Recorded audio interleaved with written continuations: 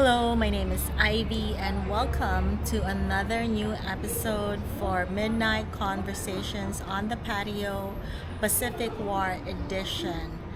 For tonight's episode, I'm here in Cebu City, Philippines, and I thought it's best to discuss the Cushing brothers and what they did during the Second World War here in the Philippines. So, who are the Cushing brothers? I'm talking about Walter, Charlie or Charles Cushing, and James Jimmy Cushing. So, the Cushing brothers are from El Paso, Texas. They are seven siblings, all in all, and three of those siblings, Walter, Charlie, and James, migrated to the Philippines when the Philippines was still an American territory. So this was sometime in the early 1900s. After reading a few books about the Second World War in the Philippines, I realized that Charlie is the oldest of the three Cushing brothers, followed by Walter, and then James is the youngest of the Cushing brothers, and he is also the youngest of the seven siblings.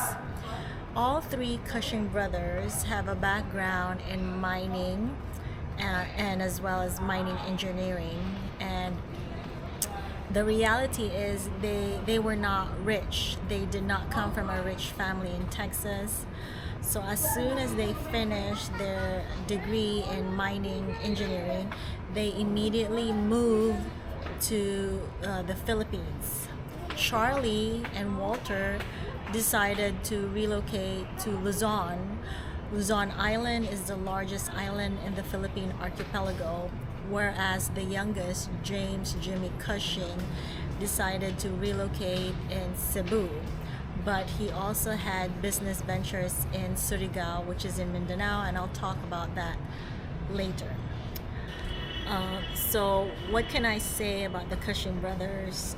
Whatever I say in today's video, it's just because I read a lot of books and I'm fascinated with the American World War II guerrillas here in the Philippines. So the Cushing brothers were American World War II guerrillas, and they have a very interesting, each of them have a very interesting story. I'm going to start with Walter. Walter is often mentioned in various World War II books in the Philippines because he had quite an interesting story. So what's written about Walter Cushing is, as soon as the Japanese invaded Lingayen Gulf, he immediately started a resistance in his area, which was like, from the way the books are written, it's in the Ilocos region, somewhere there, Ilocos, Benguet, northern Luzon region. So he immediately started a resistance the same day that the Japanese landed in Lingayen Gulf. Because of his efforts to resist Japanese invasion, he was given a promotion. And now the reason why I wanted to discuss Walter Cushing is there's a lot of books, chapters dedicated about him, but there is one book written by Robert Arnold, it's called A Rock and a Fortress. He offers a different explanation of Walter Cushing. It's really hard to correlate these stories, but in the book of Russell Volkman, in his autobiography, We Remained, he mentions that Walter Cushing is the granddaddy of the Philippine resistance.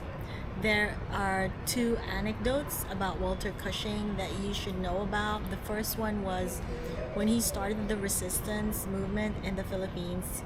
Of course, he needed funding, so he would often sneak into Manila and meet with several prominent Filipino Spanish families in Manila, and he would ask for funding. And it came to a point that the Japanese started to become suspicious of him, and the story was he was hiding from the Japanese, and he would hide on top of the roofs of several houses, and he would stay on top of the roof for days while the Japanese were looking for him in the city. So that's one anecdote about Walter Cushing. Another well-known anecdote of Walter Cushing is about how he died. The story goes that somebody in his resistance movements, betrayed him, and the Japanese finally caught up with him. And when he was surrounded by Japanese soldiers, he opted to kill himself. So he took his pistol and he shot himself. Because of his actions, which is considered brave, by the Japanese soldiers, he was allowed to have a proper burial. So those are two of the famous anecdotes when it comes to Walter Cushing. Now let's move on to the oldest brother, Charlie Cushing. There's not much written about him other than he was mentioned in the book of Robert Lapham, which is called Lapham Raiders. So Charlie Cushing was an army reservist. He was married to a Filipina who was from the Luzon Island. Walter, on the other hand, never got married. He did have, Filipina lovers, but Charlie got married to a Filipina from the Luzon Island, and they had a son. Charlie was an army reservist, and he was there in Bataan, and he was with Colonel Thorpe, Thorpe, when MacArthur gave the order to start a guerrilla movement. And so along with Colonel Thorpe and Robert Lapham, Charlie joined them to start a guerrilla movement in Pangasinan. And by the way, Charlie Cushing was mentioned in Blackburn's book, his autobiography. And this is why I wanted to talk about Charlie, because like I said, Charlie was mentioned briefly in several books. And the thing is, Walter, had this very heroic reputation. Charlie had the opposite. So according to Donald Blackburn in his autobiography, Charlie had his own guerrilla movement in Pangasinan, but his funding or his funds came from a local businessman, which kind of I don't know how to say it in English, but it does affect or influence the purpose of your movement if your guerrilla army is funded by one person. So that was questionable, right? The purpose of his guerrilla resistance in Pangasinan was questionable. The second thing was, this was mentioned by Russell Volkman in his book, in his autobiography as well, and this was mentioned by Robert Lapham in his book as well. They both mentioned that it was Charlie Cushing who he couldn't stand life as a guerrilla, and I often wondered if it's because he had a Filipino wife and kid, but he couldn't tolerate life in the mountains, the hard life of a guerrilla, so he eventually surrendered to the Japanese. The surrender of Charlie Cushing greatly affected Russell Volkman, Robert Lapham, and I'm sure the other American World War II guerrillas. So that's why I wanted to talk about Charlie Cushing. Moving on, let's talk about the last Cushing brother, which is James Jimmy Cushing. I can tell you right now, there's a lot of books written about James Cushing, because what he did in Cebu is very amazing. And I'm here in Cebu right now for a summer vacation, and that's why I really wanted to talk about the Cushing brothers. What can I say about James Jimmy Cushing? So James Jimmy Cushing was a mining engineer just like his brother. He's married to a Filipina from Leyte. Her name is Fritzy. They don't have a child. They never had children. When the war started, James was not in Bataan. He was an army reservist, but he was, he was in Cebu.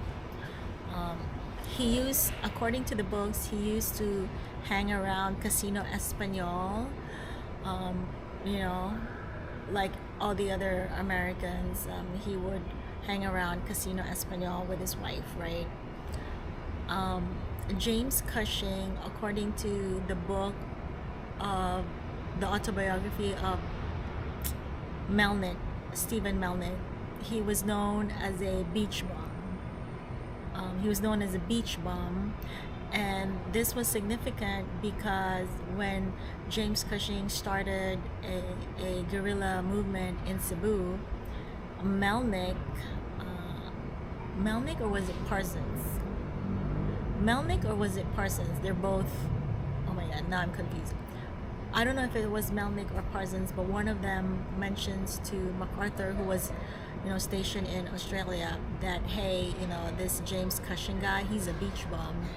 So it greatly influenced MacArthur's decision to recognize the Cebu guerrilla unit, among other things. There were other reasons as well. So the resistance movement in Cebu did not start with James Cushing, but it grew stronger and became more united under James Cushing. So the resistance movement in Cebu during the Second World War was a little interesting. So basically, Brigadier General Bradford Chenoweth was assigned to Cebu during the Second World War. And when Bataan surrendered, Chenoweth, of course, surrendered. He was following orders. Now, Chenoweth gave orders to Harry Fenton, who was a radio announcer turned army reservist. He gave orders to Harry Fenton to start a guerrilla movement in Cebu. So it was Harry Fenton who started a guerrilla movement in Cebu. The problem was, some of the Filipinos wanted Cushing to be their guerrilla commander, and some wanted Fenton to be the guerrilla commander, but all Filipinos in Cebu wanted to be united. So they approached Cushing if he was willing to work together with Harry Fenton. The two commanders met and they became co-commanders for the Cebu guerrilla movement. So as you know, like I said, they became co-commanders. Harry Fenton was co-commander and he was in charge of administrative affairs, whereas James Cushing was in charge of military and tactical affairs. So it was under James Cushing that they had more encounters with the Japanese occupants in Cebu City. The most famous story about James Cushing is all about the Koga Papers. This is a book published by the Ramon Aboitiz Foundation, which is located here in Cebu.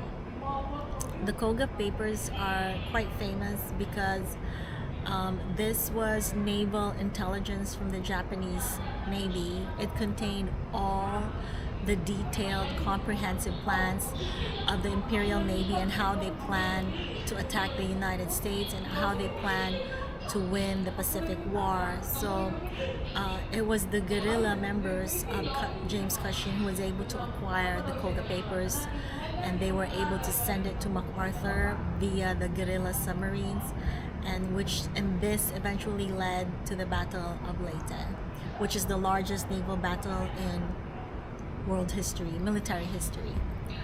So that's it for the Cushing brothers. Okay, so how did they die? Not much is known about how Charlie Cushing died, but everybody knows he surrendered to the Japs. Walter Cushing died by killing himself when he was cornered by Japanese soldiers in Luzon. Jimmy Cushing, survived the Second World War. He died in the 1950s. If you must know, he was awarded a lot of money by the Philippine government after its liberation, as a way to say thank you for what he did during the resistance movement. James was known as a very flamboyant person, so he spent all the money that was awarded by the Philippine government. So he died broke. He died in the 1950s. I think it was 1952. He was on his way to Palawan to start another mining company, and he died on the ship. So he died in early 1950s.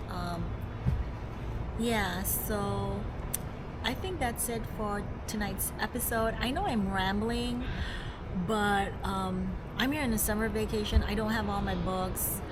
I'm just telling you what I know. I do know one thing. I read a lot of books about the Second World War in the Philippines, and a lot of my friends and family ask me, where did this come from? Why am I so fascinated with the Second World War? It started when I was reading this one book about James Cushing. So I basically Googled Second World War in Cebu, and the name James Cushing is gonna pop up. You read the story about James Cushing, you're gonna get hooked. His story is so fascinating. So I read his story, James Cushing, and then I read about Wendell Fertig and Russell Volkman and Robert Lapham, and then that's how I got hooked into this rabbit hole. Anyway, that's it for tonight's episode. If you have any questions or comments, just go ahead and post them down below. If you enjoyed tonight's episode, go ahead and click on the like and subscribe button. Other than that, thank you for watching and have a nice evening.